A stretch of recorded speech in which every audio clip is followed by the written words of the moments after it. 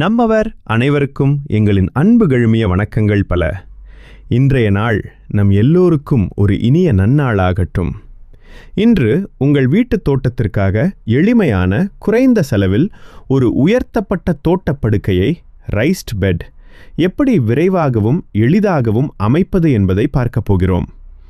தோட்டப்பணிகளை செலவுக்குள் வைத்திருக்க சிறந்த வழிகளில் ஒன்று பெரிய தள்ளுபடி விற்பனைகளின் போது பொருட்களை வாங்குவது.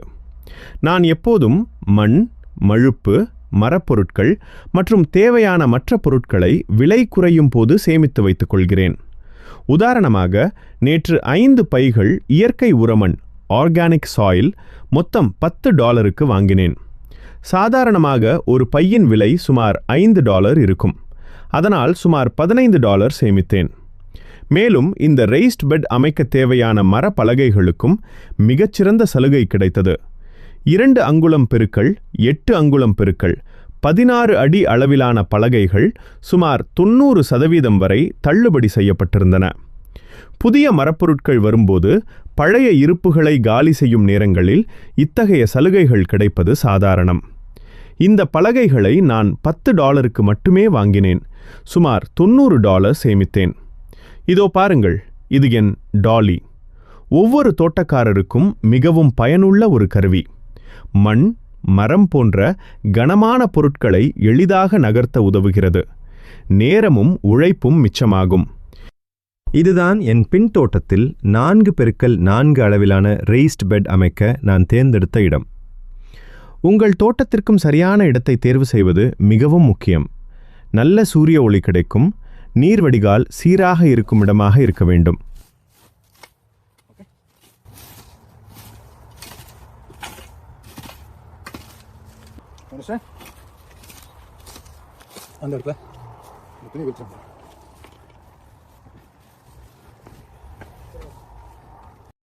தக்காளி, கத்திரிக்காய், பச்சை மிளகாய் போன்ற பெரும்பாலான பருவகால காய்கறிகளுக்காக மண்ணை தோண்ட வேண்டிய அவசியமில்லை.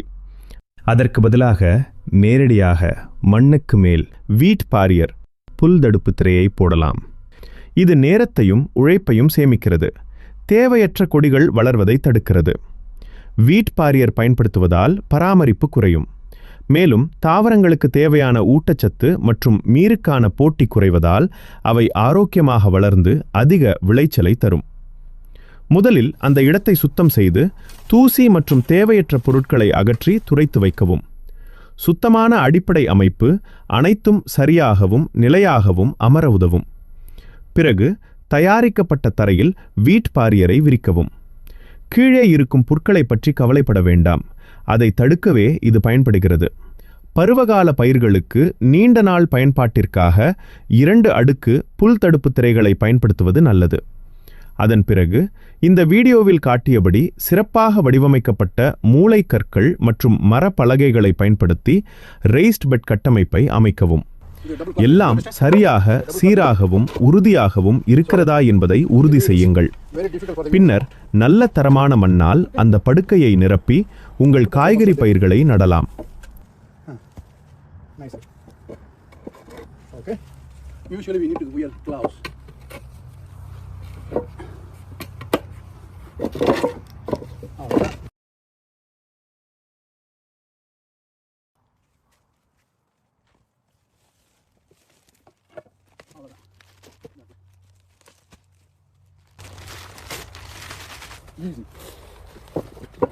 இந்த பேக்கில் ஆளுக்கு முடியல ப்ரொவைட் பண்ணதும் இதுக்கப்புறம் அந்த மண்ணப்புறம் கொண்டதும் அதை அலைன் கரெக்டாக பண்ணிவிட்டு அது முடிஞ்சிச்சு. இதுதான்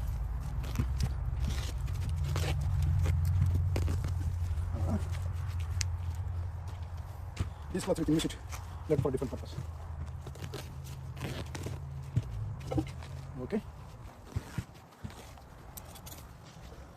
if you want you can cut closer.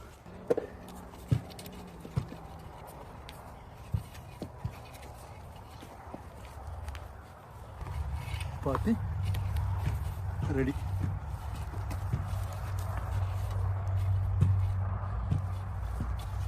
இது என்ன பண்ண போறோம்னா இந்த பக்கத்தில் இது வந்து கியூக்கம்பர் வெள்ளரிக்காய், இது மெலோன், இது இந்த மூலையில் வைக்கலாம்.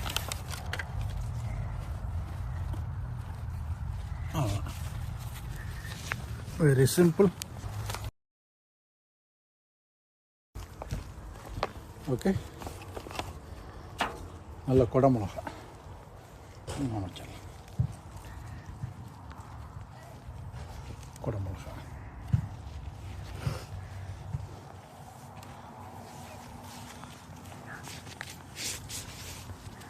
ஓகே, அது குடமிளகா.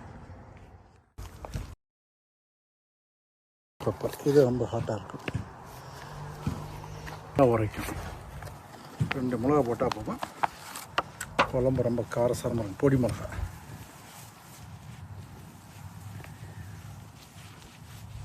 ஓகே, பொடி மிளகா உரைக்கும். அது 1 கிலோ அவ்வளோ பெரிய கதை காய்க்கும். இப்போ இதெல்லாம் பறந்து போயிடும். அப்போ நம்ம இதுக்கு இது போட்டுக்கலாம், கம்பு போட்டுக்கலாம். இதெல்லாம் பறந்து கீழே போயிடும். இது ஒரு அருமையான தக்காளி.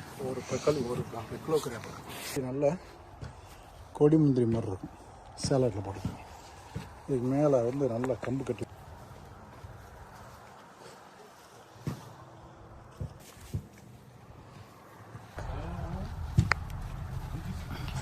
அவ்வளோதான். நட்ட பிறகு மிகவும் முக்கியமான செயலை மறக்க வேண்டாம். அது நடவு செய்த பயிருக்கு நன்றாக தண்ணீர் ஊற்ற வேண்டும். தாவரங்களின் வேரானது உலர்ந்து போகாமல் உயிர் பெற்று நிலை கொள்ள தண்ணீரானது உதவுகிறது. அவ்வளவுதான். இது எவ்வளவு மிக எளிமையானது இல்லையா? பலருக்கும் இது பயனுள்ளதாக இருக்கக்கும் என நம்புகிறோம். புதிய வளர்ச்சிக்கு தயாராவோம்.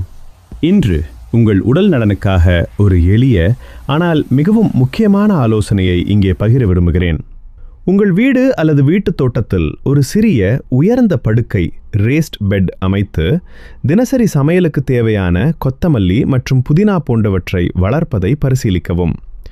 இந்த கீரைகள் மலிவாக கிடைக்கும் அல்லது இந்தியாவில் உள்ள உள்ளூர் சந்தைகளில் காய்கறிகளுடன் இலவசமாக கிடைக்கும் என்று நாம் எளிதாக நினைத்து விடுகிறோம். ஆனால் அந்த எண்ணம் தவறாக இருக்கலாம். கடைகளில் வாங்கும் காய்கறிகளுடன் பல சமயங்களில் பூச்சிக்கொல்லிகள் மற்றும் தீங்கு விளைவிக்கும் இரசாயனங்கள் சேர்ந்து வருகின்றன. இவைகள் நீண்ட கால தொடர் உபயோகத்தால் உடல் நடத்தையும் நோய் எதிர்ப்பு சக்தியையும் பாதிக்கக்கூடும் என்பதையும் நாம் உண்மையாகவே மறுக்கவே முடியாத நிதர்சனமும் ஆகும். நீங்கள் உங்கள் வீட்டிலேயே கீரைகளை வளர்ப்பது ஒரு சிறிய முயற்சியாக இருந்தாலும் அது உங்கள் உணவிற்கு மேலும் பசுமையான, பாதுகாப்பான மற்றும் சத்தான பொருட்களை வழங்குவதில் பெரும் மாற்றத்தை ஏற்படுத்தும். இன்று நான் மொத்தம் 9 காய்கறி கன்றுகளை நட்டுள்ளேன். 3 வகை மிளகாய், கேப்சிகம், காரமிளகாய், வாழை மிளகாய், 2 வகை தக்காளி, பிக் பாய், 1 பழம் சுமார் 1 பவுண்ட் வரை எடையுடையது மற்றும் சாலட்களுக்கு ஏற்ற கிரேப் தக்காளி, மேலும் 1 தர்பூசணி, 1 முலாம்பழம், மஸ்க் மெலோன் மற்றும் 2 வெள்ளரி செடிகள். இப்போது விளைச்சலை ஆவலுடன் எதிர்பார்த்து மகிழ்ச்சியாக இருக்கிறேன். தோட்டப்பணி பொறுமையின் அருமையையும் மண்ணிலிருந்து உயிர் வளர்ப்பதின் அழகையும் நமக்கு உணர்த்துகிறது. இயற்கையோடு இணைந்து வாழும்போது வாழ்க்கை எவ்வளவு அருமையானது என்பதை உணர்கிறோம். அப்போது கவலைகளில் நம் வாழ்நாள் வீணாளாவதற்கு வாய்ப்பே கிடையாது. பருவ மாற்றங்கள், மறுமலர்ச்சி, வளர்ச்சி இவை அனைத்திலும் வாழ்வின் இனிமையும் புதுமையும் பொங்கிக் கிடக்கின்றன. புதிய தொடக்கங்களுக்கு இது சரியான காலம். அது உங்களுக்கும் நன்னலம், வளம், வளர்ச்சி, மகிழ்ச்சி இப்படி நல்லவை அனைத்தையும் அருளட்டும். நல்லது. நற்பவி. மிக்க நன்றி.